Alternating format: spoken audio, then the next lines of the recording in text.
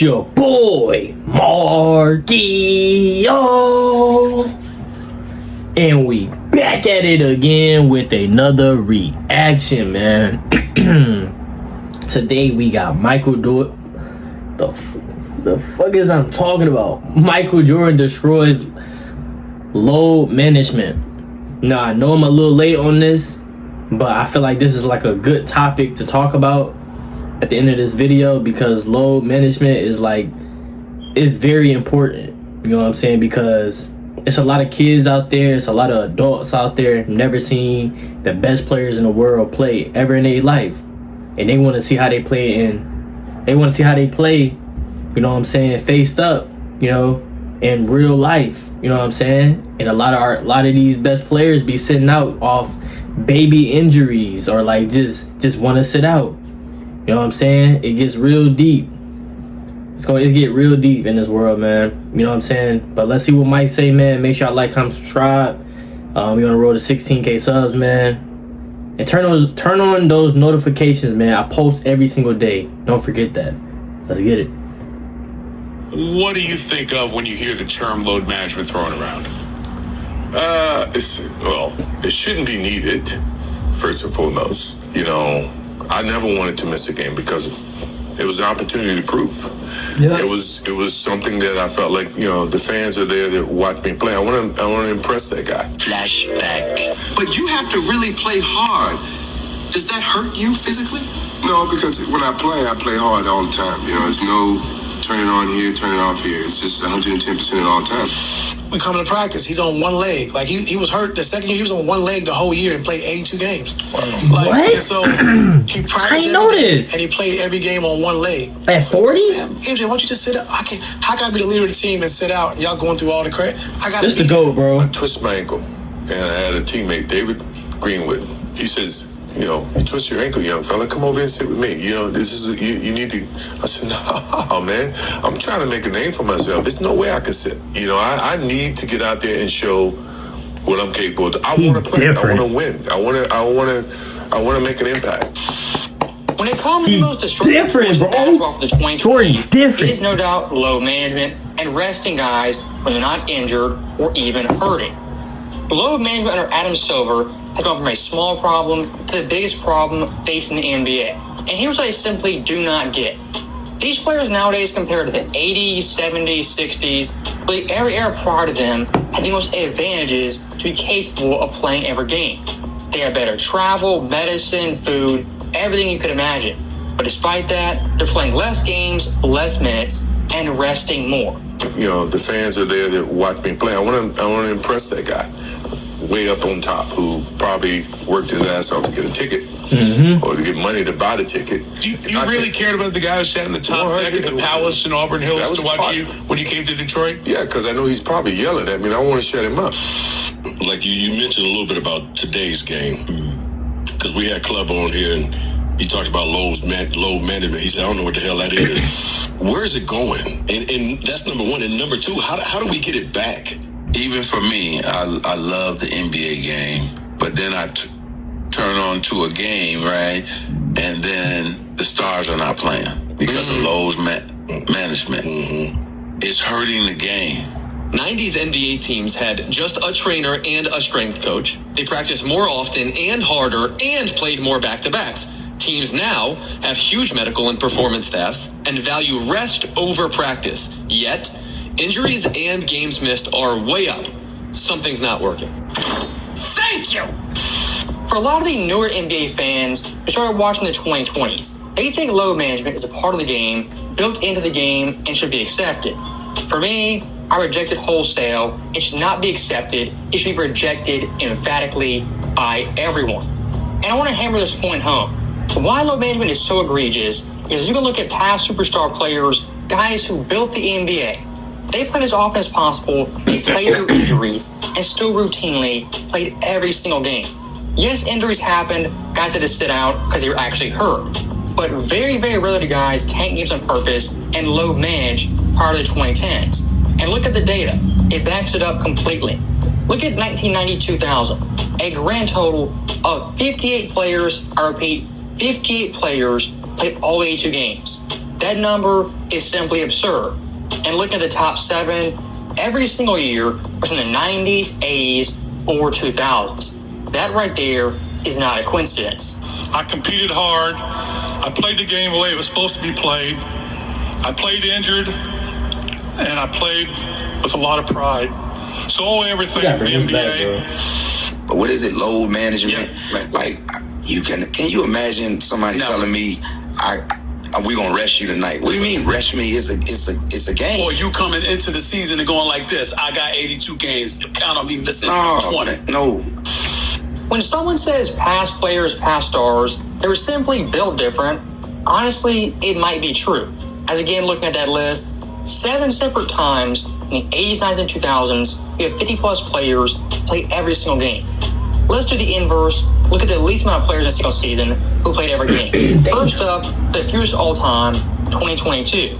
Next up, 2023, 2025, 2024, and in 3 years, in the late 2010s.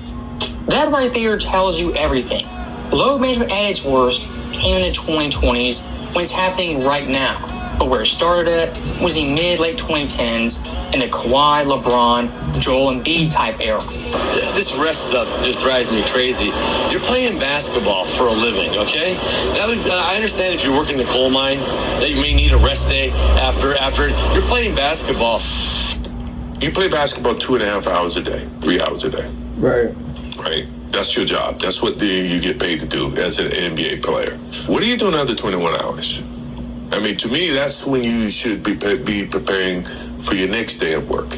We can't have a guy making $95 million saying, I can't play basketball 4 days a week. I mean, that's in fairness. Most teams play 3 games a week, but let's say hypothetically you play 4 games. You can't ask fans to pay that money for a guy to make $95 million won't play back-to-back games. One of the lost arts for a lot of NBA superstars nowadays is respecting the fans and respecting the game. If you sit out a game when you're not hurt, slapping the face of the fans you're watching on TV or paying to watch you in that stadium. My big-time problem with load management is if guys in the 70s, 80s, 2000s could play every single game more often, why are you in a quote-unquote better, more evolved era not also doing that? The answer might actually be pretty simple. Like I said earlier, nowadays players have it easier than ever. And that right there might be the problem. Look at someone like Ben Simmons. Once this guy got paid, he checked out, he was done. Adios, I made my money, don't care about basketball. Someone like Ben Simmons, the absolute worst of a star NBA player. A lot of guys aren't that bad, but their overall mindset is still there. That, I might play bad, I might not play at all. At the end of the day, I still have my money. To make a very quick comparison, look at Rocky 3. At this point, Rocky was a champion on top. He was living large. And what happened? He got soft, took his foot off the gas, and got beat down by Clubber Lang. And it wasn't until he basically lost everything and had Apollo motivating him that he once again got the eye of the tiger and would be great and compete at the highest level. Rocky 3, in a nutshell, is the NBA's problem right now with load management. Now, when we fought, you had that eye of the tiger and the edge. And now you got to get it back. And the way to get it back is to go back to the beginning. Michael Jordan, the Magic Johnsons, Larry Bird, Charles Barkley's, we earned what we got. When the corporate America came to us, we had a game that could validate their admiration and sponsorship and all that, yeah. Now they get that before they play one game. Yeah. So you're rolling the dice to see if this kid's ever going to be good or not. Yeah. So in essence, you're paying the kid off of potential. Yeah. That he may be great. You don't think that's good? No, because I think it sets bad work ethic. When you get something so easily, you're not going to work as hard. For someone like Michael Jordan, who had the skill, talent, ability, why this guy is so important isn't because of any of that. Why Michael Jordan is so important, why he resonates, is because his mindset and his attitude and appreciation for the fans and what they bring to the game. And again, looking at Jordan's era, to play every single game, it was much, much harder. This guy's rookie season, he played every single game, 82 of 82. Crazy, bro. In the NBA, he was one of 40 players to do so. Minutes per game, 38.3, that ranked 4th. Rookie, bro. Total minutes, he was 3rd, behind Buck Williams and Larry Bird. Michael Jordan from day one was an Iron Man in the NBA.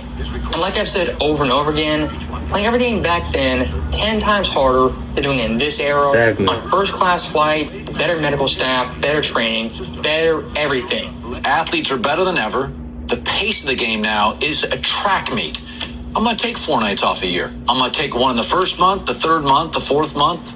Why not? That's smart. So if the guys are coming to watch me play, I don't want to miss that opportunity. Now, physically, if I can't do it, then I can't do it. Yeah. But physically, if I can do it, and I just don't feel like doing it, that's a whole different lens. It might not be in the team's best interest, in your best interest, to play all 82. Is that something you thought about at all since you made the goal? Maybe that's a goal, but we see. The next day, I'm available to go in the pro. If OBJ shows up, he might score 100. So stop that right there very quickly. When it comes to LeBron James, he quote-unquote faced the NBA, faced the 2010s. This guy only one time ever played every game in a single season. That compared to guys like Bird, Kobe, Duncan, even Allen Iverson is pretty pathetic. And when they face the NBA, they're under much more scrutiny and pressure to perform every single night. When LeBron James rests games and sits out, you might say, not a big deal. Only 1 game here, 2 games here. He missed a week there. For a lot of players, that might be true. But when you face the NBA, you see the tone of the NBA. Missing games, load managing, trickles down to every player and every team. If you're an average star player, like even an average NBA player, and you see LeBron resting, you're going to say, the best player is resting, why can't I? When people like LeBron load manage, they make it acceptable for the rest of the NBA to do so and follow their lead. As if he didn't, I can virtually guarantee the tone of the NBA will be much, much different. Jordan, he missed 64 games of the season, and the Chicago management did not want him to play anymore. He had a broken left foot. He wanted to play. They said, okay, you can play. They wanted to limit his minutes, and they did. However, he had to sit down with 30 seconds to go and the game on the line against Indiana. He wanted to play. The crowd howled, and Michael Jordan put his foot down and said to the Chicago Bulls management, I'm going to play basketball. That's what I am, a basketball player. And they had to back down, and Jordan has played. And one of the great tributes to integrity and credibility in this sport is on the shoulders of Michael Jordan. When you have someone like Jordan as the face of the NBA, the ambassador of the NBA, people are playing every single game more often than ever. In LeBron's era, it's the exact opposite. If you ask me why NBC brought Michael Jordan back, it's pretty simple. They want Michael Jordan to come in and very subtly change the tone of the entire NBA, as Michael Jordan still has more pull than LeBron James and even Adam Silver. And if Jordan says, guys should compete, play every game, that's going to resonate with everyone, and especially the fans. So that right there is in the video. As always, thank you guys for watching. Hope you enjoyed it.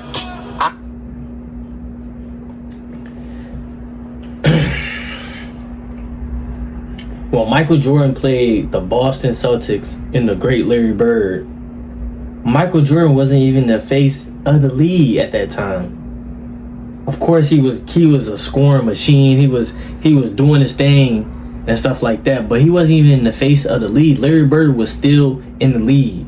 They swept him. But Michael Jordan, bro. Michael Jordan got injured, right? He got injured. And you can just see it from his face. You can just see it from his demeanor that when he was injured, he still wanted to play.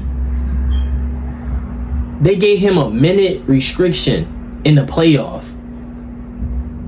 And he went behind their back and still played 1v1, 2v2, 5v5 because he still wanted it. He knew he put himself in this position to play basketball. I'm a basketball player. That's what I do. I got to the lead now. I got something to prove. And that was on his mind.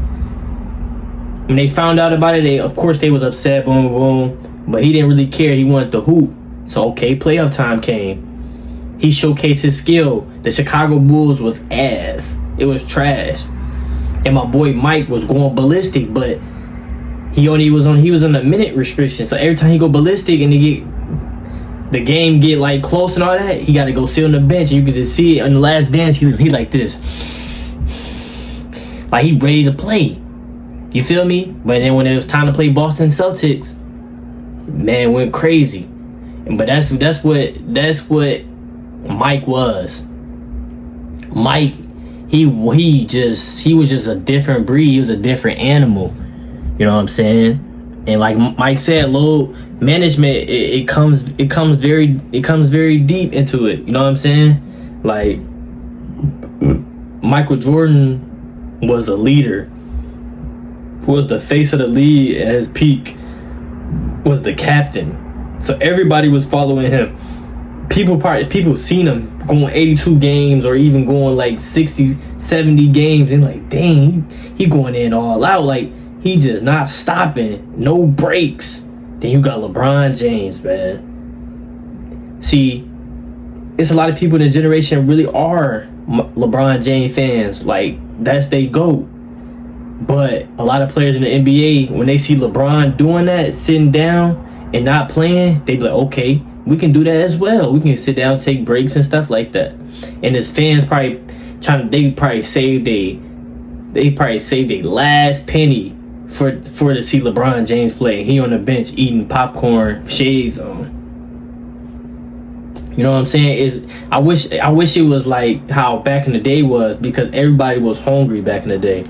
You can tell everybody was hungry, passionate about the game of basketball, and they wasn't even friends. They wanted to compete every night. They don't care. Of course, people fear Jordan, but they don't care. They're not finna sit out because of Jordan. They want to play.